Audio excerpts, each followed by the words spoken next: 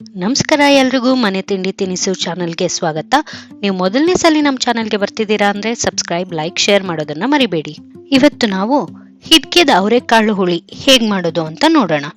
ಇದಕ್ಕೆ ಬೇಕಾಗಿರೋ ಪದಾರ್ಥಗಳು: ಹಿಟ್ಕಿದ ಅವರೆಕಾಳು, ಈರುಳ್ಳಿ, ಟೊಮೆಟೊ, ತೆಂಗಿನ ತುರಿ, ಗಸಗಸೆ, ಅಚ್ಚ ಖಾರದ ಪುಡಿ, ಧನಿಯಾ ಪುಡಿ, ಕೊತ್ತಂಬರಿ ಸೊಪ್ಪು, ಕರಿಬೇವು, ಇಂಗು, ಸಾಸಿವೆ, ಜೀರಿಗೆ, ತುಪ್ಪ, ಉಪ್ಪು.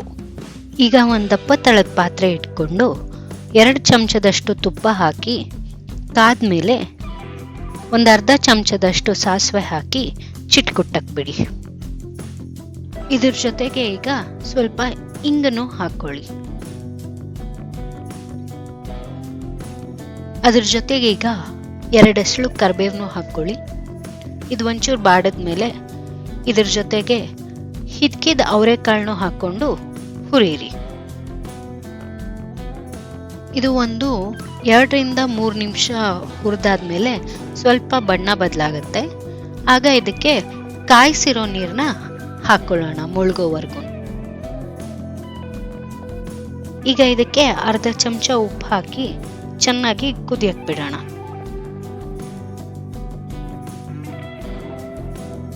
ಇದು ಕುದೀತಾ ಇರಲಿ, ಕಾಳು ಬೇಯೋವರೆಗೂ ನಾವು ಅದಕ್ಕೆ ಮಸಾಲೆ ರೆಡಿ ಮಾಡ್ಕೊಳ್ಳೋಣ.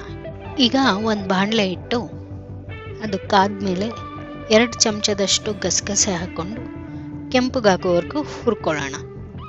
ಇದು ಕೆಂಪಗಾದ್ಮೇಲೆ ಒಂದು ತಟ್ಟೆಗೆ ಬಗ್ಸಿಟ್ಕೊಂಡು ಈಗ ಅದೇ ಬಾಣಲೆಗೆ 1 ಚಮಚ ತುಪ್ಪ ಹಾಕ್ಕೊಂಡು ಈರುಳ್ಳಿನೂ ಹಾಕ್ಕೊಂಡು ಚೆನ್ನಾಗಿ ಹುರ್ಕೊಳ್ಳೋಣ.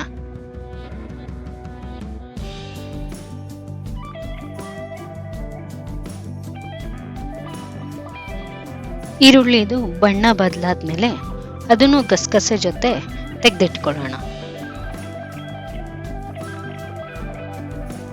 ಈಗ ಅದೇ ಬಾಣಲೆಗೆ 1 ಚಮಚ ತುಪ್ಪ ಹಾಕ್ಕೊಂಡು ಹೆಚ್ಚಿಟ್ಕೊಂಡಿರೋಂಥ ಟೊಮೆಟೊನು ಹಾಕ್ಕೊಂಡು ಚೆನ್ನಾಗಿ ಮೆತ್ತಗಾಗೋವರೆಗೂ ಹುರ್ಕೊಂಡು ಈರುಳ್ಳಿ ಜೊತೆ ತೆಗೆದಿಟ್ಕೊಳ್ಳೋಣ.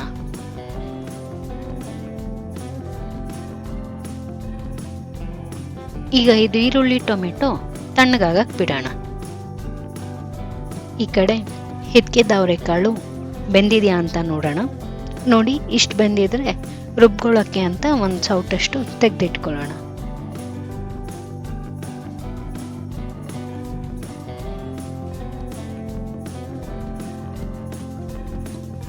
ಈಗ ಒಂದು ಮಿಕ್ಸಿಗೆ 1 ಕಪ್ಪಷ್ಟು ತೆಂಗಿನ ತುರಿ, ಅರ್ಧ ಚಮಚದಷ್ಟು ಜೀರಿಗೆ, 2.5 ಚಮಚದಷ್ಟು ಅಚ್ಚ ಖಾರದ ಪುಡಿ, 1 ಚಮಚದಷ್ಟು ಧನಿಯಾ ಪುಡಿ, 1 ಹಿಡಿಯಷ್ಟು ಕೊತ್ತಂಬರಿನೂ ಹಾಕಿ ಅದ್ರ ಜೊತೆಗೇನೆ ಬೆಂದಿರೋ ಅವರೆಕಾಳು, ಹುರಿದಿಟ್ಕೊಂಡಿರೋ ಈರುಳ್ಳಿ, ಟೊಮೆಟೊ, ಗಸಗಸೆನೂ ಹಾಕ್ಕೊಂಡು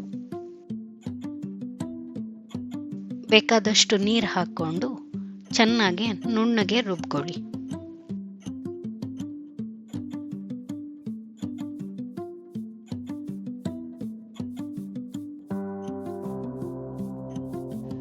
ವಿಡಿಯೋಲ್ ತೋರಿಸಿರೋ ಹಾಗೆ ಇಷ್ಟು ನುಣ್ಣಗಾದ್ರೆ ಸಾಕು.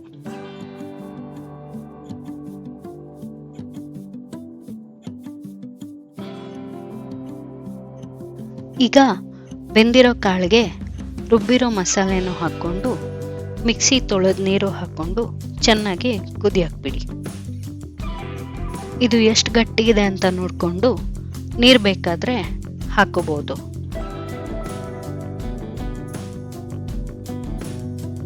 ರುಚಿಗೆ ಎಷ್ಟು ಉಪ್ಪು ಬೇಕೋ ಅಷ್ಟು ಹಾಕ್ಕೊಳ್ಳೋಣ. ಕಾಳು ಬೇಯೋವಾಗಲೂ ಉಪ್ಪು ಹಾಕಿದೆ, ನೋಡಿಕೊಂಡು ಉಪ್ಪು ಹಾಕ್ಕೊಳ್ಳಿ. ಇದು ಹಸಿಯ ವಾಸನೆ ಹೋಗೋವರೆಗೂ ಒಂದು 10 ನಿಮಿಷ ಚೆನ್ನಾಗಿ ಕುದಿಯಕ್ಕೆ ಬಿಡಿ. ಈಗ ಕೊನೆಗೆ ಇದಕ್ಕೆ ಹೆಚ್ಚಿಟ್ಕೊಂಡಿರೋ ಕೊತ್ತಂಬರಿ ಸೊಪ್ಪನ್ನು ಹಾಕ್ಕೊಳ್ಳಿ. ಇದು ಬಿಸಿ ಮುದ್ದೆಗೆ, ಬಿಸಿ ಅನ್ನಕ್ಕೆ ತುಪ್ಪದ ಜೊತೆ ತುಂಬ ಚೆನ್ನಾಗಿರುತ್ತೆ.